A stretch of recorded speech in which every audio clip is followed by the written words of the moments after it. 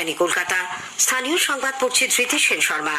বিশেষ খবর হলো, বিভিন্ন কেন্দ্রীয় প্রকল্পের বরাদ্দ নিয়ে প্রধানমন্ত্রীর সঙ্গে মুখ্যমন্ত্রীর বৈঠকের পরেই কেন্দ্র আজ পশ্চিমবঙ্গের জন্য বকেয়া করের অতিরিক্ত কিস্তি বাবদ ৫,৪৮৮ কোটি ৮৮ লক্ষ টাকা দিয়েছে। মহার্ঘ ভাতার দাবিতে রাজ্য সরকারি কর্মচারীরা আগামীকাল বিকেল পর্যন্ত নবান্নের সামনে ধর্ণা কর্মসূচি চালিয়ে যেতে পারবেন বলে কলকাতা হাইকোর্ট জানিয়েছে। কলকাতা হাইকোর্টে অভিষেক বন্দ্যোপাধ্যায়ের সম্পত্তি সংক্রান্ত মামলার শুনানি পিছিয়ে গেছে। লোকসভায় নিরাপত্তা লঙ্ঘনের মতো ঘটনা এ রাজ্যের বিধানসভায় যাতে কোনোভাবেই না ঘটে, শাসক ও বিরোধী পক্ষের সকলকেই সেদিকে নজরে রাখতে হবে বলে অধ্যক্ষ মন্তব্য করেছেন। এই রাজ্যে আরো 5 জন করোনা আক্রান্তের খোঁজ মিলেছে। আইএসএল ফুটবলের ম্যাচে ইস্টবেঙ্গল আজ ওড়িশা এফসির মুখোমুখি হচ্ছে। আসছি বিস্তারিত খবরে। আসন্ন বড়দিন ও নতুন বছরের আগে কেন্দ্র রাজ্যগুলিকে দেয় করের অতিরিক্ত কিস্তি বাবদ ৭২,৯৬১ কোটি টাকা দিয়েছে। এর মধ্যে আছে পশ্চিমবঙ্গের ৫,৪৮৮ কোটি ৮৮ লক্ষ টাকা। উৎসবের মরশুমে রাজ্যগুলি যাতে বিভিন্ন সামাজিক কল্যাণমূলক কর্মসূচি ও পরিকাঠামো উন্নয়ন প্রকল্পের কাজ করতে পারে, সেই জন্য এই টাকা দেওয়া হলো। অর্থমন্ত্রকের এক বিবৃতিতে জানানো হয়েছে, আগামী বছর 10ই জানুয়ারি রাজ্যগুলিকে কেন্দ্রের কর বাবদ যে কিস্তি দেওয়ার কথা, এটি তার অতিরিক্ত। এর আগে এই মাসের 11 তারিখেও কেন্দ্র কর বাবদ ৭২,০৯৬ কোটি টাকা রাজ্যগুলিকে দেয়। উল্লেখ্য, 100 দিনের কাজ, আবাস যোজনার মতো প্রকল্পে কেন্দ্রীয় বরাদ্দ নিয়ে প্রধানমন্ত্রী নরেন্দ্র মোদীর সঙ্গে মুখ্যমন্ত্রী মমতা ব্যানার্জির বৈঠকের পরেই রাজ্যের জন্য কেন্দ্র এই অর্থ বরাদ্দ করল। রাজ্যের অর্থ প্রতিমন্ত্রী চন্দ্রিমা ভট্টাচার্য অবশ্য বলেছেন, এর মধ্যে নতুনত্ব কিছুই নেই। কর বাবদ রাজ্যের যে পাওনা, তার অতিরিক্ত কিস্তি হিসেবেই এই অর্থ দেওয়া হয়েছে। মহার্ঘ ভাতার দাবিতে আন্দোলনরত রাজ্য সরকারি কর্মচারীরা নবান্নের সামনে ধর্ণা কর্মসূচি আগামীকাল বিকেল পর্যন্ত চালাতে পারবেন বলে কলকাতা হাইকোর্ট জানিয়েছে। এর আগে বিচারপতি রাজশেখর মান্থা নির্দেশ দিয়েছিলেন, নবান্ন বাস স্ট্যান্ডে শর্ত সাপেক্ষে 72 ঘন্টা ধর্ণায় বসতে পারবেন আন্দোলনকারীরা।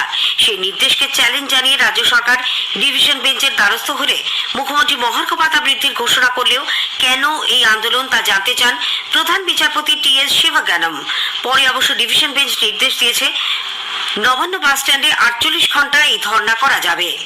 এদিকে আদালতের অনুমতিতে নবান্ন সংলগ্ন বাস স্ট্যান্ডে আন্দোলনকারীদের প্রথম দিনের কর্মসূচিকে কেন্দ্র করে তীব্র উত্তেজনা ছড়ায়।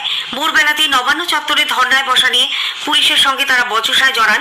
পুলিশ প্রথমে ব্যারিকেড দিয়ে আন্দোলনকারীদের আটকানোর চেষ্টা করে। বাধা পেয়ে নবান্নের সামনে রাস্তাতেই তারা বসে পড়েন। তাদের উঠে যাওয়ার জন্য জোর করতে থাকে পুলিশ। বাদানুবাদও শুরু হয়। বেলা 3টের পর আদালতের নির্দেশ পেয়ে নির্দিষ্ট স্থানে ধর্ণা শুরু করেন আন্দোলনকারীরা। মুখ্যমন্ত্রী মমতা ব্যানার্জি রাজ্য সরকারি কর্মীদের জন্য 4% ডিএ ঘোষণার পরেও রাজ্য সরকারি কর্মচারীদের সংগঠন সংগ্রামী যৌথ মঞ্চ মহার্ঘ ভাতার দাবি থেকে সরে আসবে না বলে স্পষ্ট জানিয়েছে। এদিকে পুরো ভবনে আজ এই বিষয়ে প্রতিক্রিয়া ব্যক্ত করে কলকাতা পুরসভার মেয়র ফিরহাদ হাকিম বলেন, যৌথ মঞ্চের পক্ষ থেকে এ ব্যাপারে একতরফাভাবে বলা হচ্ছে, তারা নাটক করছেন বলেও তার দাবি। ফিরহাদ আরো বলেন, পশ্চিমবঙ্গ সরকার রাজ্যের কর্মচারীদের জন্য যে রিটায়ারমেন্ট গ্যারান্টি দিয়ে থাকেন, অন্য কোনো জায়গায় তা দেওয়া হয় না। বেশিরভাগ রাজ্য সরকারের কর্মীরাই যথাযথ কাজ করছেন বলে উল্লেখ করে তিনি এই প্রসঙ্গে পুরসভার কর্মচারীদের ভালো কাজেরও প্রশংসা করেন। শিক্ষামন্ত্রী ব্রাত্য বসু আজ আন্দোলনরত এসএসসি চাকরি প্রার্থীদের সঙ্গে বৈঠকে বসেন। আজকের বৈঠকের কথা আগেই ঘোষণা করা হয়েছিল, কিন্তু সুপ্রিম কোর্টে মামলা পিছিয়ে যাওয়ায় বৈঠক হবে কিনা সে নিয়ে অনিশ্চয়তা দেখা দেয়। শিক্ষামন্ত্রী অবশ্য জানান, নির্ধারিত দিনেই বৈঠক হবে। এদিকে আজকের বৈঠকেও এসএসসি যুব ছাত্র অধিকার মঞ্চ নবম দ্বাদশের কোনো প্রতিনিধির অংশগ্রহণের সুযোগ দেওয়া হয়নি বলে মঞ্চের স্টেট কোঅর্ডিনেটর সুদীপ মণ্ডল অভিযোগ করেন।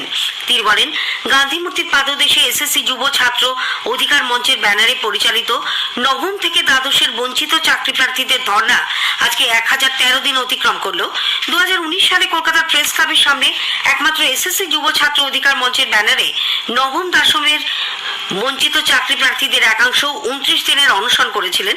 সেই অনশন মঞ্চে মুখ্যমন্ত্রী এবং তৎকালীন শিক্ষামন্ত্রী গিয়ে সরাসরি অনশনরত চাকরি প্রার্থীদের সামনে দাঁড়িয়ে মেধা তালিকাভুক্ত সমস্ত চাকরি প্রার্থীকে নিয়োগের আশ্বাসও দেন। অথচ সেই মঞ্চের কোনো প্রতিনিধি আজকের বৈঠকে অংশগ্রহণের সুযোগ পেলেন না। লিপস অ্যান্ড বাউন্ড সংস্থার সিইও তথা তৃণমূল কংগ্রেসের সর্বভারতীয় সাধারণ সম্পাদক অভিষেক বন্দ্যোপাধ্যায়ের সম্পত্তি সংক্রান্ত মামলার শুনানি পিছিয়ে গেল কলকাতা হাইকোর্টে। অভিষেকের রায়ের উৎস নিয়ে মুখবন্ধ খামের রিপোর্ট জমা দিয়েছিল এনফোর্সমেন্ট নির্দেশালয়। বিচারপতি অমৃতা সিনহা জানিয়েছিলেন ওই রিপোর্ট খতিয়ে দেখে পরবর্তী নির্দেশ দেওয়া হবে। আজ এই মামলার শুনানি হওয়ার কথা থাকলেও দ্বিতীয়ার্ধে বিচারপতি এজলাসে বসেননি। এরপর বড়দিনের ছুটি মিটে গেলে আদালত খুলবে। উল্লেখ্য, আদালতের নির্দেশে তার রায়ের বিস্তারিত তথ্য এনফোর্সমেন্ট ডিরেক্টরেটের কাছে জমা দিয়েছিলেন অভিষেক। লোকসভায় নিরাপত্তা লঙ্ঘনের মতো ঘটনা এ রাজ্যের বিধানসভায় যাতে কোনোভাবেই না ঘটে, শাসক ও বিরোধী পক্ষ সকলকেই সেদিকে কড়া নজর রাখতে হবে বলে অধ্যক্ষ বিমান বন্দ্যোপাধ্যায় মন্তব্য করেছেন। তিনি আজ বিধানসভা ভবনে বার্ষিক পুষ্প প্রদর্শনীর উদ্বোধন করে বলেন, লোকসভার এই ঘটনার পর বিধানসভার নিরাপত্তা আরো জোরদার করতে হয়েছে। লোকসভার মতো কোনো ঘটনা সেটা যেন পশ্চিমবঙ্গ বিধানসভায় না হয়, এটা আমাদের সবাইকে দেখতে হবে। সরকার পক্ষের বিধায়ক বা বিরোধী পক্ষ সবাইকে নিয়ে বিধানসভা সুচারুরূপে চলতে গেলে পরে সবার সহযোগিতা দরকার, এবং আমি প্রত্যাশা করি তাদের সহযোগিতা নিয়ে আমাদের এখানকার নিরাপত্তা যেরকম থাকবে সেই সঙ্গে সঙ্গে অত্যন্ত উৎকৃষ্ট আলোচনা বিধানসভায় হবে। লোকসভার মধ্যে শুধুমাত্র অ্যাডজর্নমেন্ট করে লোকসভা শেষ হবে, এটা যেন আমাদের বিধানসভায় না হয়, এটাই আমাদের পরম্পরা। স্থানীয় সংবাদ শুনছেন আকাশবাণী কলকাতা কেন্দ্র থেকে। দেশের অন্যান্য রাজ্যের পাশাপাশি এ রাজ্যেও বেশ কয়েকজন করোনা আক্রান্তের সন্ধান মিলেছে। কলকাতায় আজ নতুন করে আরো 5 জন আক্রান্তের খোঁজ পাওয়া গেছে। এই নিয়ে গত দুদিনে 6 মাসের এক শিশু সহ 8 জনের রিপোর্ট পজিটিভ এলো। 6 মাসের শিশুটি মেডিকেল কলেজে ভর্তি, বাকি 7 জনের চিকিৎসা চলেছে বিভিন্ন বেসরকারি হাসপাতালে। স্বাস্থ্য দপ্তর সূত্রে জানা গেছে, ঢাকুরিয়ার বেসরকারি হাসপাতালে কোভিড পরীক্ষা করিয়েছিলেন 4 জন, তাদের সকলেরই রিপোর্ট পজিটিভ এসেছে। এদের মধ্যে 2 জন একই পরিবারের সদস্য। এরা প্রত্যেকেই বাড়িতে আইসোলেশনে রয়েছেন। দক্ষিণ কলকাতার অন্য একটি বেসরকারি হাসপাতালেও চিকিৎসাধীন 2 রোগীর দেহে করোনার ভাইরাস মিলেছে। এদের মধ্যে একজন ভবানীপুর এবং অন্যজন মিডলটন রোয়ের বাসিন্দা। এছাড়া আলিপুরের একটি বেসরকারি হাসপাতালে করোনার সংক্রমণ নিয়ে ভর্তি রয়েছেন বেহালার বাসিন্দা 58 বছরের এক ব্যক্তি। এই 8 জনের দেহে করোনার নতুন প্রজাতি JN1 রয়েছে কিনা তা জানতে এদের জেনোম সিকোয়েন্সিং করতে বলেছে রাজ্যের স্বাস্থ্য দপ্তর। এদিকে কলকাতা সহ রাজ্যে এখনো পর্যন্ত কোভিড নিয়ে সেরকম উদ্বেগের কোনো কারণ নেই বলে রাজ্যের পুর নগর উন্নয়ন মন্ত্রী ফিরহাদ হাকিম মন্তব্য করেছেন। পুর ভবনে আজ সাংবাদিকদের প্রশ্নের উত্তরে তিনি বলেন, কলকাতা পুরসভা এলাকার স্বাস্থ্য কেন্দ্রগুলিতে কোভিড পরীক্ষার ব্যবস্থা রাখা হয়েছে। এছাড়া বড় ভিত্তিক কেন্দ্রগুলিতেও থাকছে RT-PCR ও র্যাপিড অ্যান্টিজেন টেস্টের ব্যবস্থা। আমরা সতর্ক আছি, সিএমএইচও সাহেবও সতর্ক আছে, কিন্তু এখনো আমরা সেই রকম কিছু কেস পাই। যদি আমাদের হেলথ ডিপার্টমেন্ট বলে কাল থেকে যে আবার চালু করে দাও, যা বার্তা দেবে সেটা আমরা পালন করব। টাওয়ার গ্রুপ চিটফান্ড মামলার তদন্তে জাদু সম্রাট পিসি সরকার জুনিয়রকে আজ ইডি সিজিও কমপ্লেক্সে তলব করে। তাদের তলবে তিনি হাজিরা দেন। কয়েকদিন আগে টাওয়ার গ্রুপ কর্তা রমেন্দু চ্যাটার্জিকেও হেফাজতে নেয় ইডি। তারপরে এই চিটফান্ড মামলায় জাদু সম্রাট জুনিয়র পিসি সরকারের নাম উঠে আসে। তৃণমূল কংগ্রেস কর্মী ভিকি যাদব খুনের ঘটনায় ধৃত সাংসদ অর্জুন সিং এর ভাইপো সঞ্জিত সিং ওরফে পাপ্পুকে 5 দিনের পুলিশ হেফাজতে পাঠানো হয়েছে। তাকে আজ ব্যারাকপুর মহকুমা আদালতে তোলা হলে বিচারক এই নির্দেশ দেন। এদিকে গ্রেপ্তারের প্রতিবাদে স্থানীয় তৃণমূল কংগ্রেস কর্মীদের একাংশ আজ জগদ্দল মজদুর ভবনের সামনে বিক্ষোভ দেখায়। কোনো প্রমাণ ছাড়াই শুধুমাত্র জগদ্দলের বিধায়ক সোমনাথ সাহেবের নির্দেশে পুলিশ পাপ্পুকে গ্রেপ্তার করেছে বলে তাদের অভিযোগ। মালদার ইংরেজ বাজারের সুস্থানী মোড় এলাকায় দুপুরে এক ব্যবসায়ীকে লক্ষ্য করে গুলি চালানোর ঘটনায় চাঞ্চল্য ছড়িয়েছে। অজ্ঞাত পরিচয় এক দুষ্কৃতী মোটর বাইকে চেপে এসে শফিকুল ইসলাম নামে ওই ব্যবসায়ীকে গুলি করে পালায়। সুজাপুরের বাসিন্দা শফিকুল আশঙ্কাজনক অবস্থায় মালদার একটি বেসরকারি হাসপাতালে চিকিৎসাধীন। আজ সাঁওতালি ভাষা দিবস।